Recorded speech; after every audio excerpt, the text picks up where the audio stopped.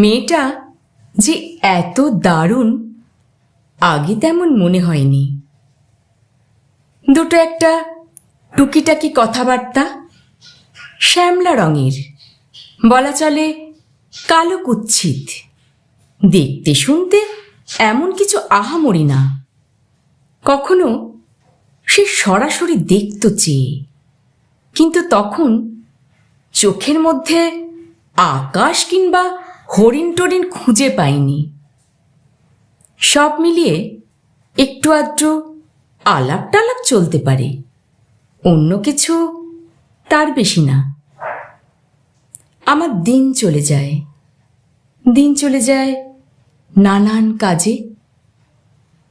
ক্রমে ক্রমে একা হচ্ছি, অনেক ভিড়ের মধ্যে একা। বেশ কিছুদিন আসতে যেতে দেখা হয় না, ভুলেই গেছি। একটা মেয়ে প্রতিবেশী, সেই মেয়েটা আছে কি নেই। দিন চলে যায়, বর্ষা গেছে, শীত গিয়েছে, বসন্ত শেষ।